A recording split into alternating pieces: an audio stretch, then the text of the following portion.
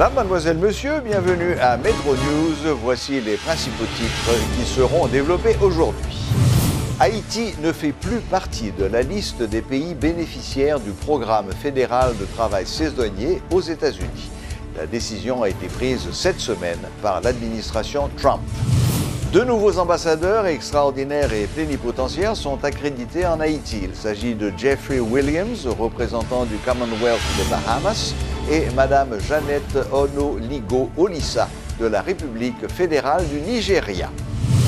Les artistes et groupes qui utilisent des propos obscènes durant les festivités pré-carnavalesques peuvent être interdits de défiler durant les jours gras. L'annonce en a été faite par le secrétaire d'État à la Sécurité publique, Ronsard Saint-Cyr.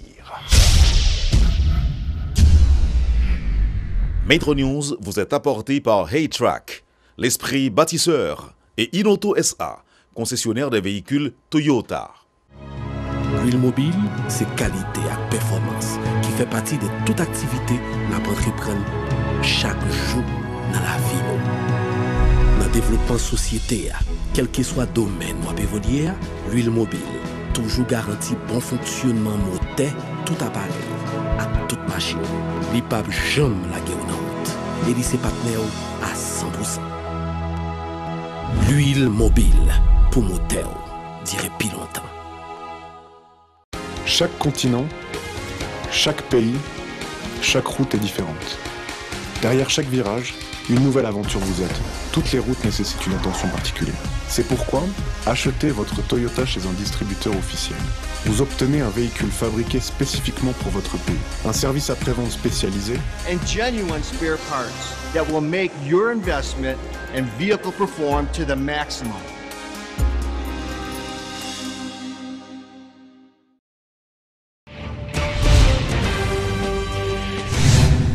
Des dizaines de citoyens ont manifesté ce jeudi devant l'ambassade américaine à Tabar pour protester contre les dernières déclarations du président Donald Trump. Ce sit-in, organisé par le Bureau des avocats internationaux et l'organisation Molegaf, était l'occasion pour les protestataires d'exiger des excuses publiques du président américain. Ils en ont profité pour critiquer sévèrement le comportement des autorités haïtiennes qui, selon eux, ont contribué à salir l'image du pays. Suivez ce reportage de Luxon Saint-Ville et d'Elsie Dieulassant.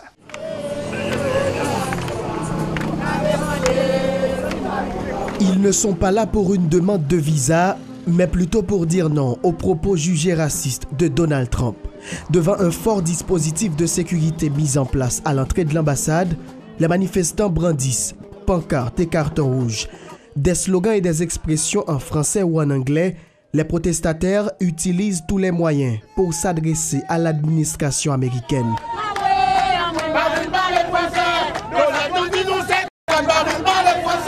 Nous pensons que c'est très important pour que nous soyons très vigilants, pour nous venir notifier, puisque nous, le gouvernement, pas déclaré qu'on est Donald Trump, donc dans notre pays, on fait persona non grata. Donc nous venons là pour nous venir dire ça. Les déclarations de Donald Trump traduisent l'ignorance de ce dernier de l'histoire liant Haïti aux États-Unis, déclare le leader du mouvement de liberté d'égalité des Haïtiens pour la fraternité Molegaf.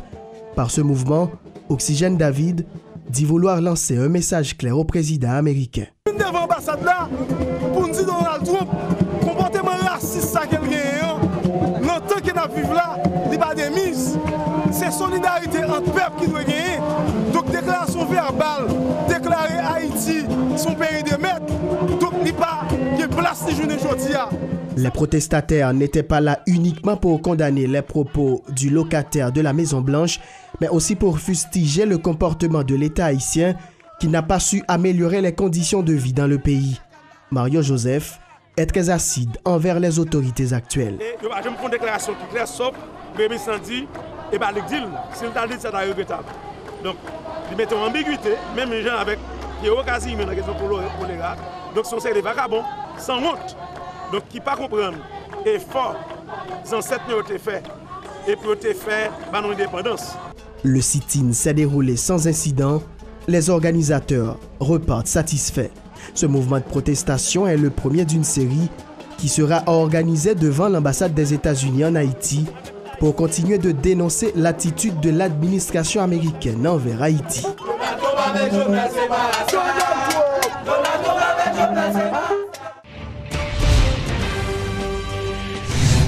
Les Haïtiens ne seront plus éligibles au programme fédéral de travail saisonnier aux États-Unis H2A, H2B.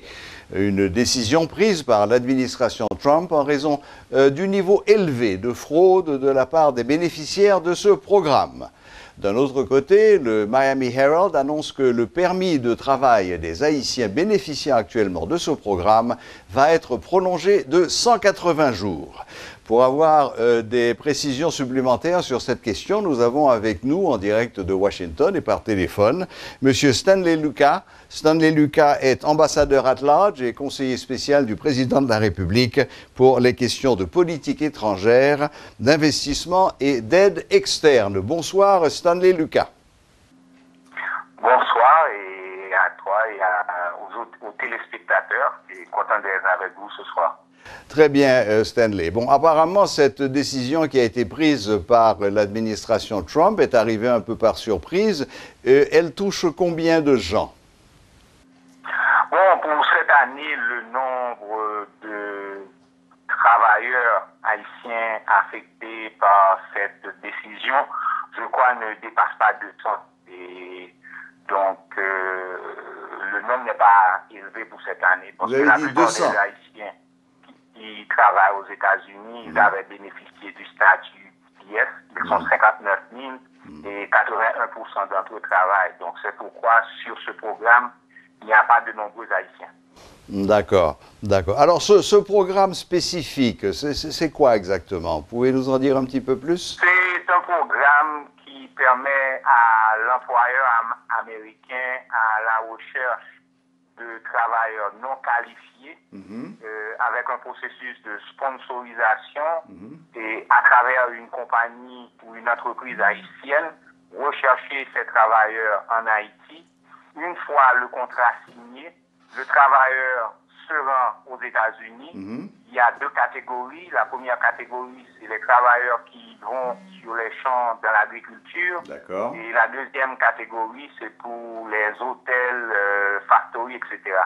Donc, une fois le travailleur bénéficie de ce visa, il a une durée spécifique ici aux États-Unis. Une fois son travail terminé, il est payé, il revient en Haïti. Et il y a possibilité de renouveler ce contrat s'il le faut. Ok, donc il s'agit à chaque fois d'un contrat spécifique pour une tâche spécifique et pour une durée spécifique. Exactement. D'accord, d'accord. Alors finalement, comment est-ce que cette décision de l'administration Trump a été perçue par la communauté haïtienne concernée? Bon, il y a une perception qui se développe que Haïti est ciblé par l'administration Trump. Parce que sur une période de 3 mois, il y a des allégations sur des déclarations concernant le sida. Il y a eu l'affaire de ce pays comme un trou. Et finalement, cette décision finale. Donc, il y a une perception que Haïti est ciblé par l'administration Trump. Bon, bien entendu, ça a provoqué la réaction immédiate de la diaspora. Et au niveau diplomatique, Haïti a été le premier pays à sortir son communiqué le 11 janvier et a convoqué l'ambassadeur américain pour lui demander des explications pendant que notre ambassadeur à Washington, M. Altidore, avait reçu des instructions spécifiques sur quoi faire au nom du gouvernement. Oui, nous avons suivi tout cela en Haïti, bien sûr.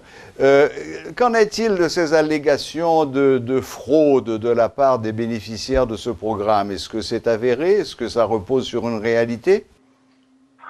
Bon, ce n'est pas une réalité nouvelle, qu'il s'agit des questions de visa touristique ou de visa de travail. Il y a toujours eu un environnement de fraude, soit en Haïti ou plusieurs pays qui existent.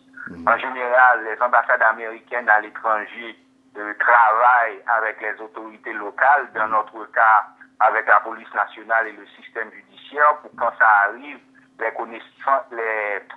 les dispositions nécessaires soient prises. Donc c'est étonnant que ceci soit pris, et cette décision a été prise de façon unilatérale. Et sans préavis. C'est pourquoi il y a une perception que le pays est ciblé.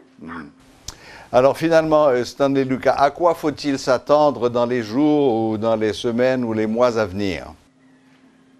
Bon, je crois que les relations entre Haïti et les États-Unis quand même demeurent des relations solides à cause des rapports historiques qui existent entre ces deux pays.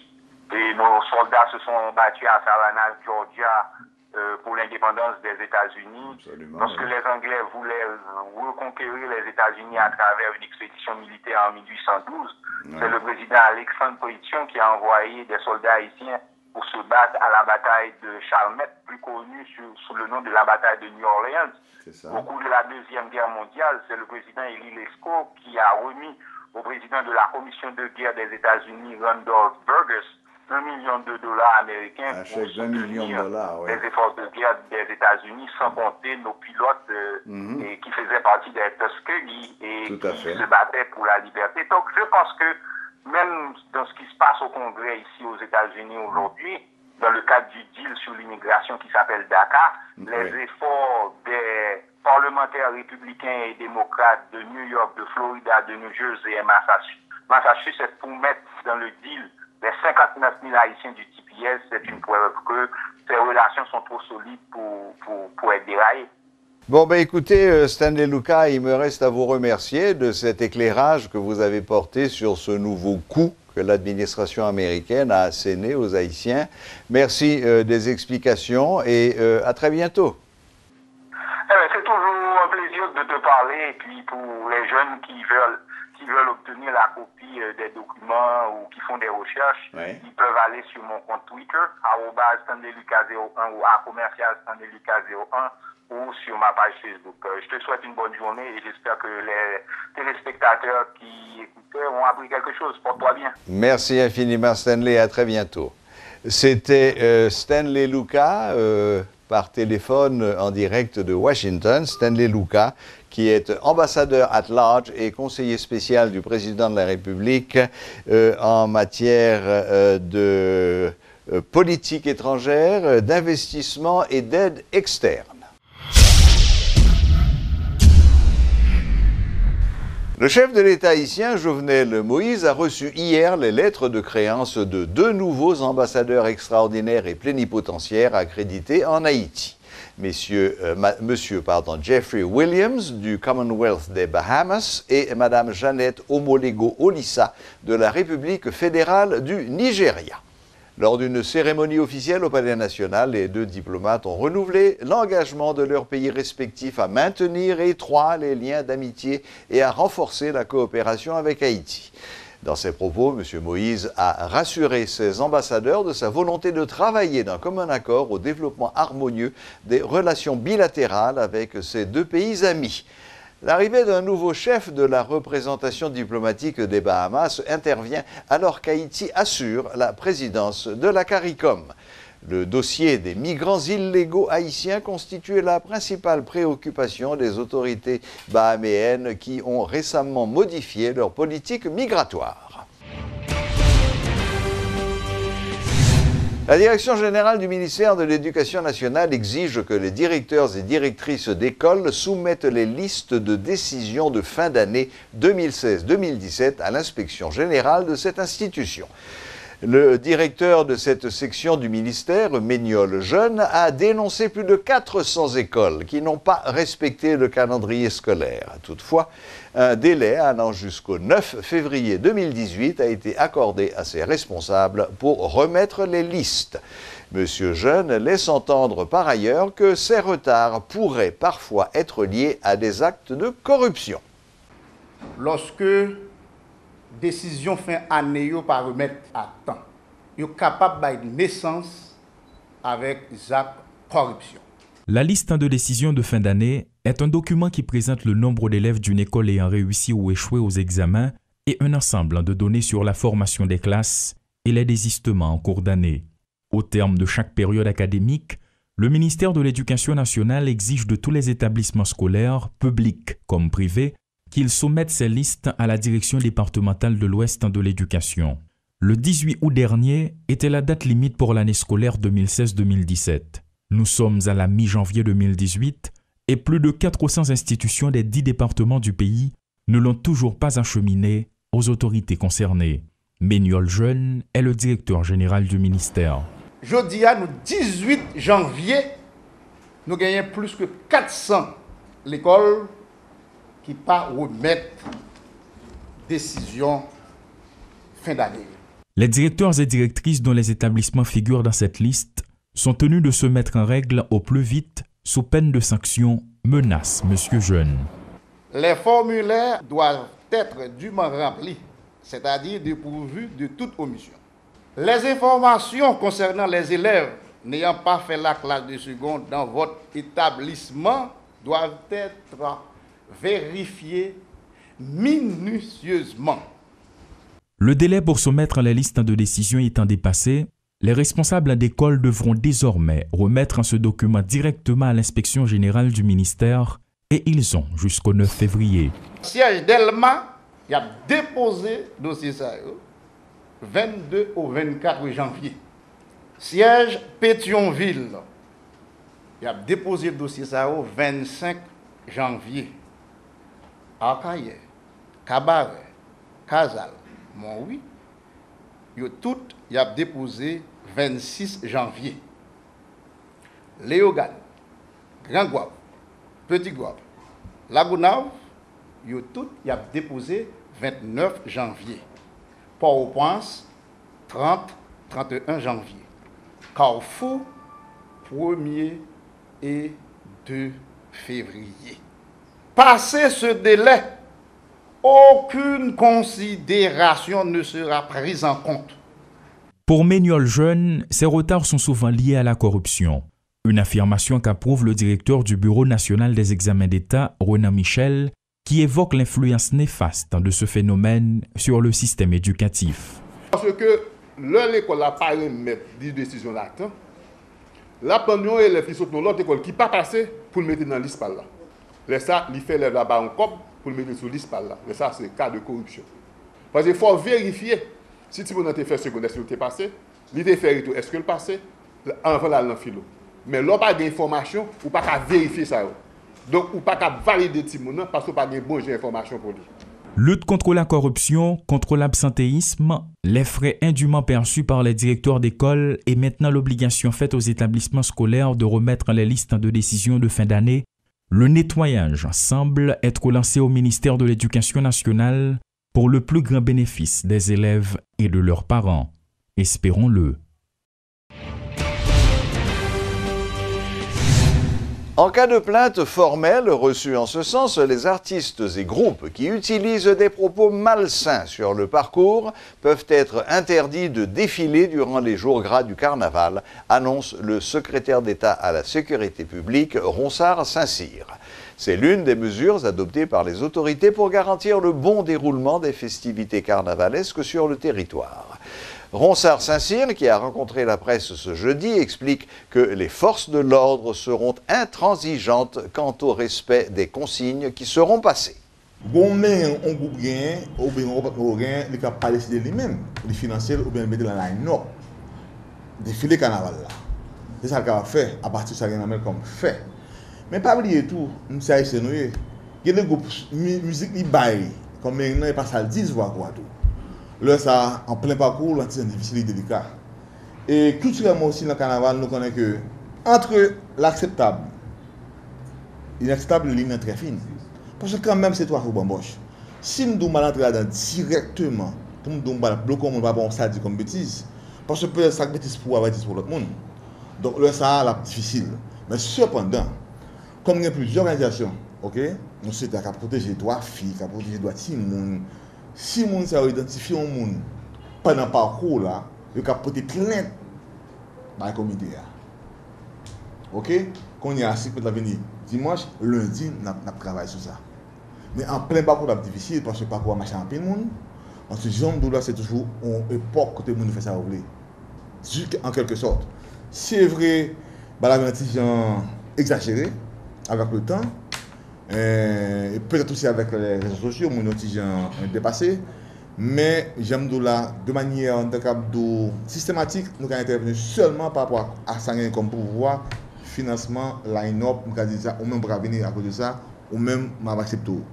Mais si nous avons un fonds pâle, nous avons un moyen pâle, nous avons aligné,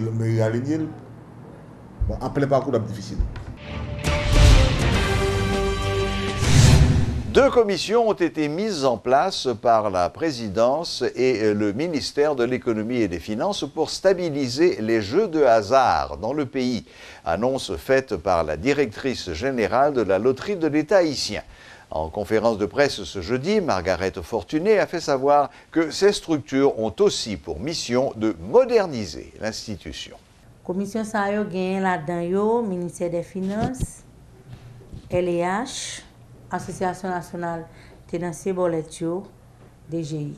Nous voulons informer la population pour nous dire que le ministère des Finances prend sous contrôle qui c'est ministre des tutelles. Non, il faut connaître qui c'est le ministère des Finances qui a travaillé pour stabiliser les règles jouettes là. Ça veut dire dans le langage par nous, mettez IO, mettez point sur IO.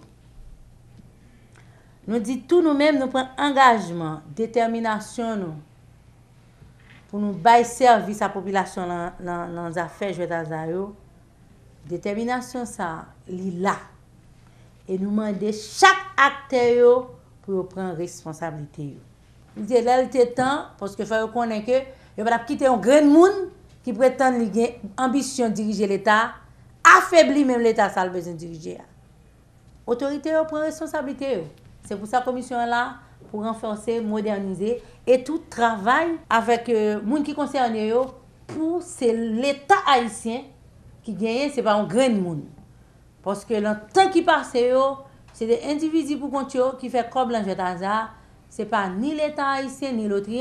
Pourtant, la loi qui crée l'autre, la loi de 1958, il est clair que l'autre a gagné l'article 24 pour lui bailler 25%. Dans les affaires sociales, dans les affaires éducation, dans les affaires santé, dans la route qui a fait, dans tout ça, nous, le président du gouvernement a fait là, nous, le campérin. Ça a fait dans Saint-Marc Langonaïve, c'est avec l'argent taxe pour faire. Il faut nous renforcer l'État, côté nous prendre taxe, il faut nous prendre, il faut ne pas quitter gaspiller pour servir. La boucle est bouclée. Merci de votre fidélité et à la prochaine, même heure, même chaîne.